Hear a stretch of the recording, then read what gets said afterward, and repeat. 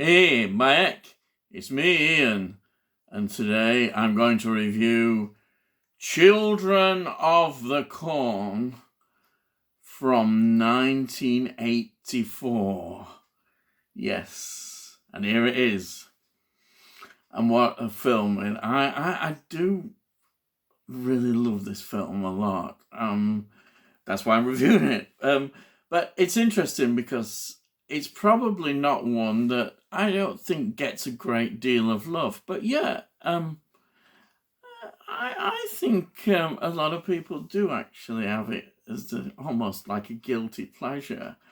Um, it's not obviously, I think, one of the top Stephen King stories. It's from a short story from 1977 that he wrote. But people are going to look at the adaptations like kind of Carrie and The Shining, Christine. They're going to look at all these kind of Stephen King adaptations and say, these are great films. And compared with this might seem a lesser film. Obviously, it's a low budget film. It was directed by Fritz Kiesch. I think it's Kiesch, something like that. I'm very good at, as you can see, at pronouncing. Not really got a massive filmography. More what you see is still TV. I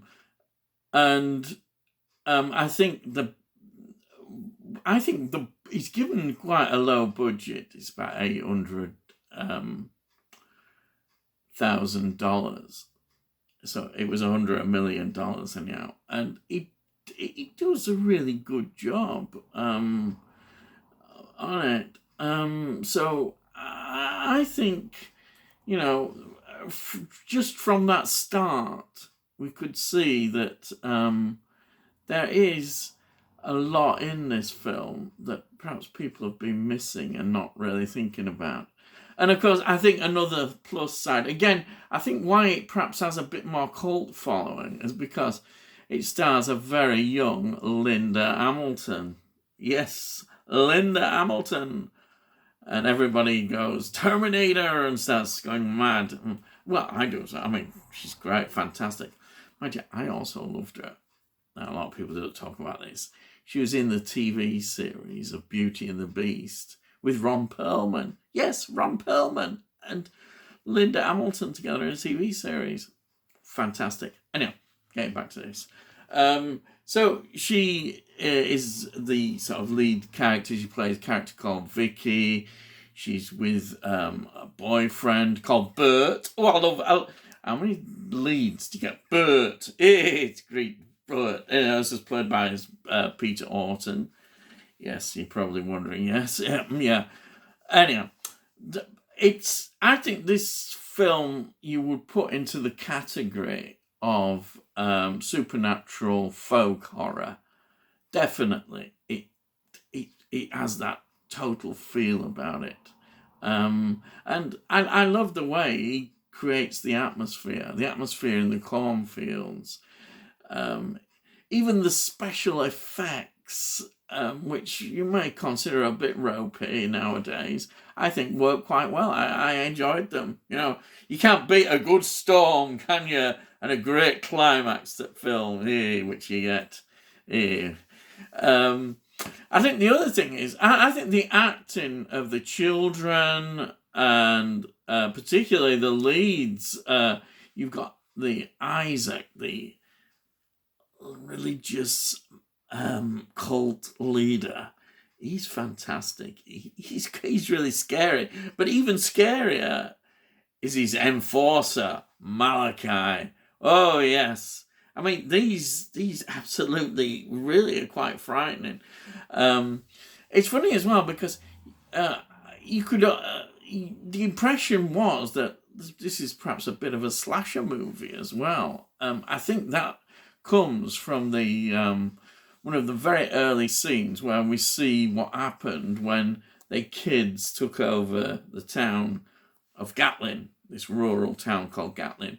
And there's a very important scene. you see in the diner where basically the children slaughter the adults, and you're thinking, oh my God, this is really, a bloodthirsty, gory scene. But if you look at it with the clever editing, and it is clever editing, they must have been perhaps aware that they needed to get this distributed without any cuts.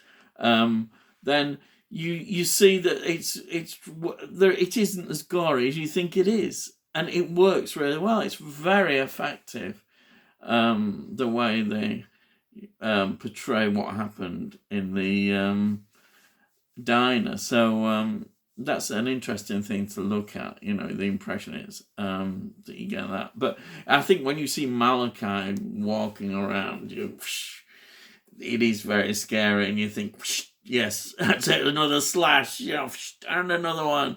Yes, it's all going to happen, and it does. It certainly does. But you can't help but just love what it does. It invites you in. It's a typical horror film that at the beginning they're on a journey, and the journey takes them through rural Nebraska, and they end up at this rural town, little town which appears to be deserted at first. Like everybody's gone, because as the story unravels, you see what has really happened. It is also, just the whole atmosphere is building up, and that's beautifully done. I think it's really well done, the way you actually feel that atmosphere building up, and once it gets going, it's going. I mean, the film is only 92 minutes long. It gets things done. It gets into the story really well, and the also the other two children,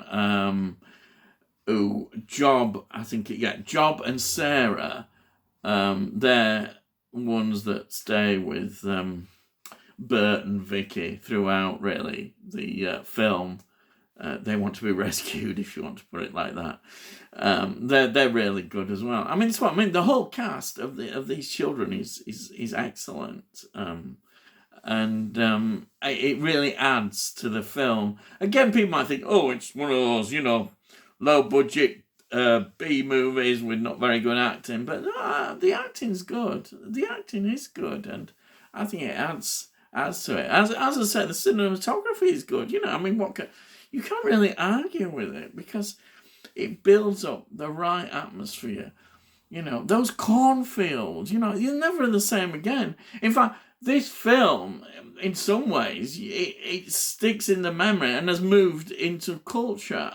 You think of this film quite a lot, to do with that kind of desert, and then the cornfields and everything mixed up together. You just you get that feel. You remember this film. You do. I come back to it. I mean, I saw it at the cinema, and then once I'd seen this again and again over the years, I've just grown to love it. And I think a lot of other people do, because you can imagine at the time when this came out, hey, Mike, that's not a proper Stephen King film. Hey, Mike.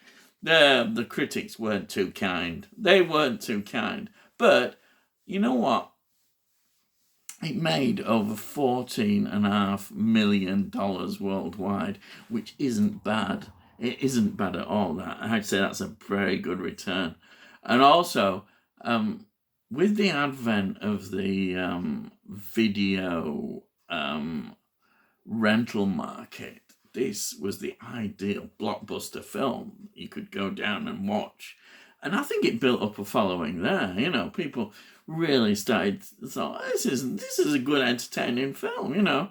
It's not boring. It gets down to it, and it's good. And so I think that added to its cult status, and why it has become now, I think, more popular. And with me, it'll always be popular. It's always going to be a film that I love. But I do realise that there will be other people, in terms of who review horror films, will probably think, well, it's not as good as this, it's not as good as that. But I don't really care because I love it. I do love it. And if I love something, I'll say I love it. That's what I do. I mean, I must be a bit mad because I think there must be at least 8 of these Children of the Corn films. They're built like a blooming little franchise together. And it's probably still going on. They'll probably still carry on doing remakes and ideas, and some of them are not, I admit, that good, but some are quite good, and good in a bad way, and enjoyable, popcorn stuff. But this is the best, and definitely a really good film that stands up well. I think it stands up well, and if you love it like I do, then that's it. You're totally sold. This is a 4K. I think the 4K transfer is good. It's not, you're not going to go around showing it to everybody and saying, "Look at this," But again, it's the best you're going to get this film, and it's good. It's good. I think it's good. This was Arrow Video. It was actually in a box set which I got. See. Show you this. This is a box set that they produced of Children of the Corn. It's got the second and third films in. Actually, the third film is in an urban environment, and I think that is perhaps underrated as well. That's it's not as good as this, but it's still good. These two are in Blu-ray anyhow, and there's also another book all about all about Children of the Corn. It makes you love it even more, when you get some eyes, which Arrow Video are very good at doing. Arrow Video do a great job. But here it is, the one that we're talking about now. Children of the Corn 4K. And there's some good extras as well. You enjoy as well in it. Learning about the filming and the actors, and absolutely just wonderful. I don't know what else more I can say about it. I could just say how good it is, and I really enjoy it. And if you haven't seen it, by heck, where have you been? Go and see it. Have an open mind. Don't be put off by people. See this film. It's very, very good. It's brilliant. I love it. So that's what I'm going to say. So what we're going to say now is you can subscribe if you want, or perhaps you don't, I don't know. And if you like this video, give it a click. Anyhow, so all I'm going to say now is, I'll see thee, and I'll see thee again.